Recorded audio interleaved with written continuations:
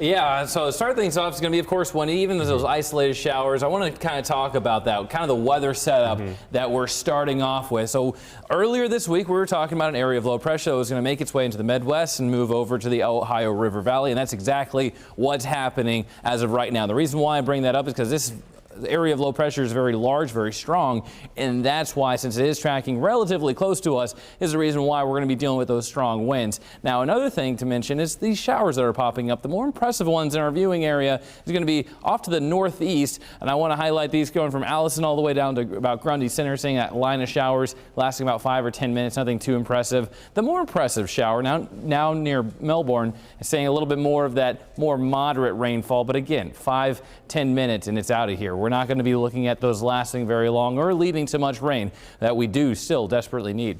Upper 40s and now into the even low 40s, like 43 degrees in Carroll and Atlantic, a little bit cooler, but that colder air now funneling in. We're going to see more of those degrees shaved off like near Ottumwa as well. We're currently sitting at 50 degrees, expecting more of the 40s widespread across the state. As far as the winds from the northwest throughout the entire day, again making us on the cooler side, but also gusts around 35 up to 40 miles per hour. So let's talk about what's going along with the wind, and that's going to be the rain chance.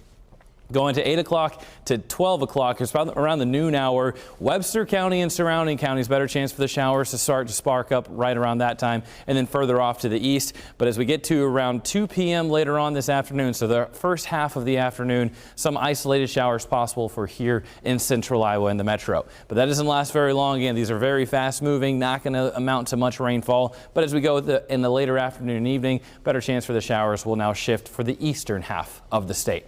As highs today, low 60s, cooler than yesterday, about 10 to 15 degrees cooler. The winds around 40 miles per hour, and the gusts are going to be around 40 miles per hour. Isolated showers expected throughout the day. And then we start to clear up, seeing a nice day for tomorrow. Just going to be breezy, highs mid 60s, a hot weekend ahead. We're talking 80s and even mid 80s. That'll be the warmest day, not only in the forecast, but also for 2024 this far. And as we get those warmer temperatures back in place, we see more storm chances to start next week.